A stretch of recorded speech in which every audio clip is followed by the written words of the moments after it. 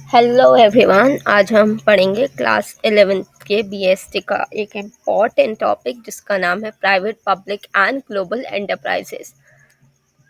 हमने पढ़ा था कि बिजनेस हम करते हैं प्रॉफिट को कमाने के लिए, और बिजनेस के बहुत सारे फॉर्म्स हैं। बिजनेस को बहुत चीज़ें हेल्प करती हैं, जैसे कि commerce and aids to commerce. आज हम पढ़ेंगे कि कौन कौन से सेक्टर में बिजनेस होता है। पहला सेक्टर है प्राइवेट सेक्टर।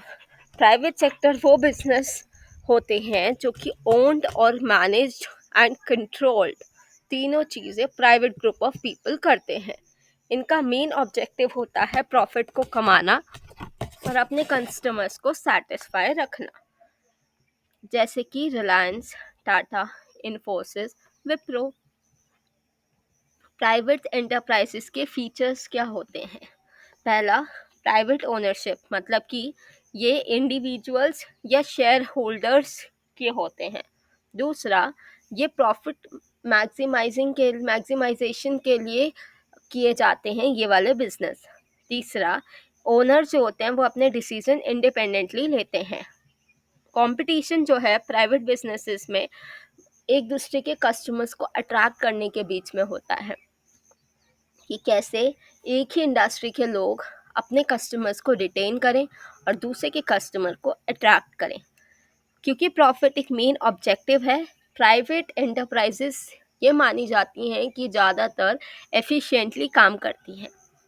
फिर आती है पब्लिक सेक्टर एंटरप्राइजेस।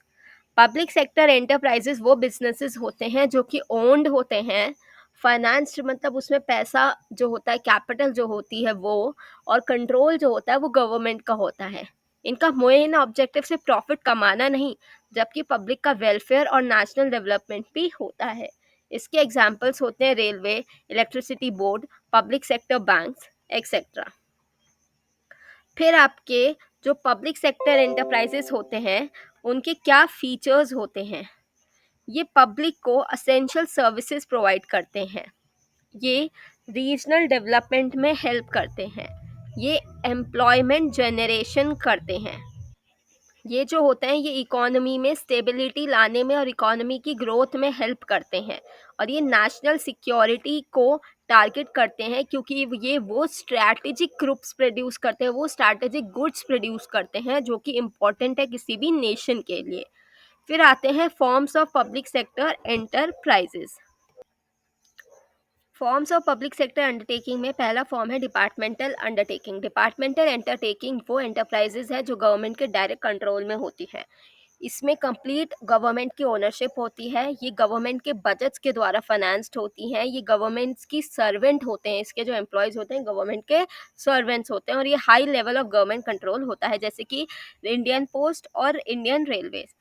इसके एडवांटेजेस ये है कि जो डिपार्टमेंटल अंडरटेकिंग्स है उससे हमें पब्लिक अकाउंटेबिलिटी मिलती है, सीक्रेसी मेंटेन्ड होती है जहाँ भी ज़रूरत होती है, और ये असेंशियल है पब्लिक की सर्विसेज के लिए।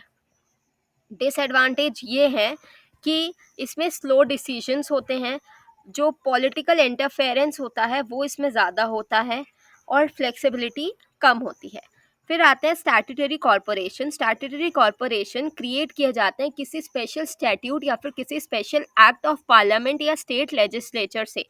इसमें ग्रेटर ऑटोनॉमी होती है डिपार्टमेंटल अंडरटेकिंग में, मतलब कि ये अपने डिसीजन खुद ले पाते हैं। इसमें एक सेपरेट लीगल एंटिटी होती है, गवर्नमेंट की ओनरशिप होती है, मैनेजमेंट इंडिपेंडेंट होता है, ये अपने कॉन्ट्रैक्ट अपने नाम से एंटर कर सकते हैं इंस्टेड ऑफ गवर्नमेंट का नाम, जैसे कि LIC, food corporation of India, ICAI, ICSI, ये सारे सब स्टैट्यूटरी कॉरपोरेशंस है। फिर आते हैं इनके एडवांटेजेस। एडवांटेजेस वही है कि इसमें ऑटोनॉमी है, प्रोफेशनल मैनेजमेंट है, फाइनेंस की इंडिपेंडेंस है। डिसएडवांटेज है कि गवर्नमेंट का इंटरफेरेंस होता है, लेकिन हल्का फुल्का भी रहे, लेकिन तब भी थोड़ा बहुत तो होता ही है, और ये फ्लेक्सिबल कम होती है प्राइवेट कंपनीज के कंपैरिजन में। थर्ड आते हैं गवर्नमेंट कंपनीज। गवर्नमेंट कंपनीज वो कंपनीज होती हैं जिसमें at least 51% of the paid up share capital central government, state government, या फिर partly by central government and partly by state government होता है, या फिर बोथ भी हो सकता है। ये डिफाइंड है अंडर कंपनीज एक्ट। ये जो डेफिनेशन है कंपनीज एक्ट के अंदर डिफाइंड है।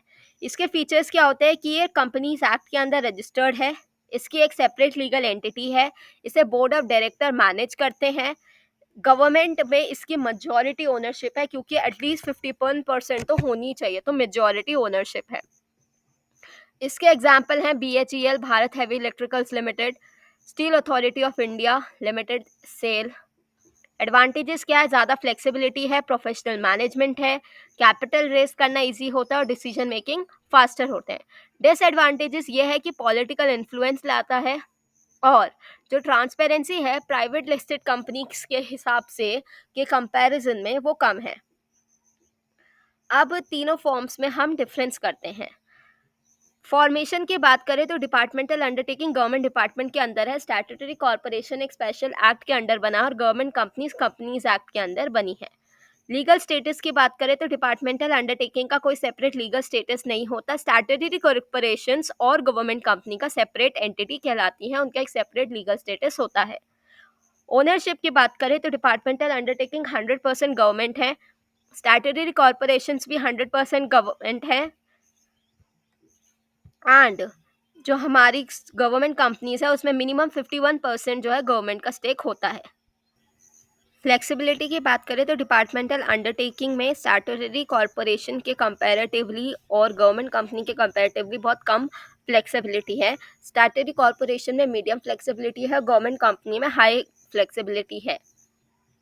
ऑडिट्स की बात करें तो डिपार्टमेंटल अंडरटेकिंग के गवर्नमेंट ऑडिट्स होते हैं, स्टैट्यूटरी कॉर्पोरेशन के as per the act requirements audit होते हैं और गवर्नमेंट कंपनी के कंपनीज एक्ट के हिसाब से ऑडिट्स होते हैं। अब आती है ग्लोबल एंटरप्राइजेस जिसे हम MNCs के नाम से जानते हैं, मल्टीनेशनल कंपनीज। ग्लोबल एंटरप्राइजेस या फिर MNCs more than one country में ऑपरेट करती हैं। ये गुड्स को प्रोड्यूस करती हैं, मैन्युफैक्चर करती हैं या फिर सर्विसेज प्रोवाइड करती हैं अक्रॉस द ग्लोब। और इनके जो मैनेजमेंट होता है वो सेंट्रल होता है, लेकिन इनका जो प्रोडक्शन होता है वो अक्रॉस द ग्लोब होता है, जैसे कि Apple, Samsung, Microsoft, Google, Toyota.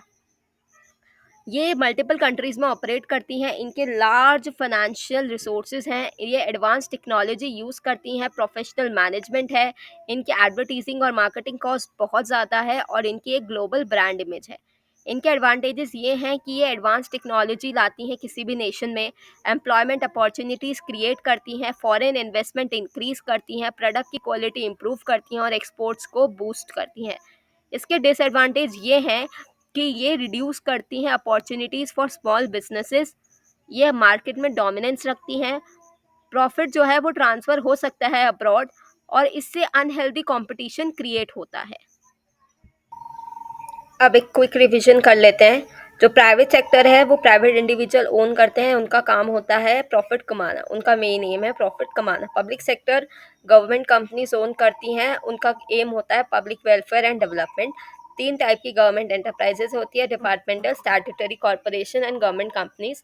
फिर आती है ग्लोबल एंटरप्राइजेज, ये मल्टीपल कंपनीज में ऑपरेट करती हैं और कंट्रीब्यूट करती हैं टेक्नोलॉजी को, इन्वेस्टमेंट को और एम्प्लॉयमेंट क्रिएट करती हैं, लेकिन ये किसी भी कंट्री में एक स्ट्रॉन्ग कंपटीशन भी लाती हैं। That was all for today's video. If you like the video, drop your like, comment, subscribe the channel, and if you have any doubt, comment down your doubt. I'll solve it as soon as possible. Thank you. As of now, bye bye.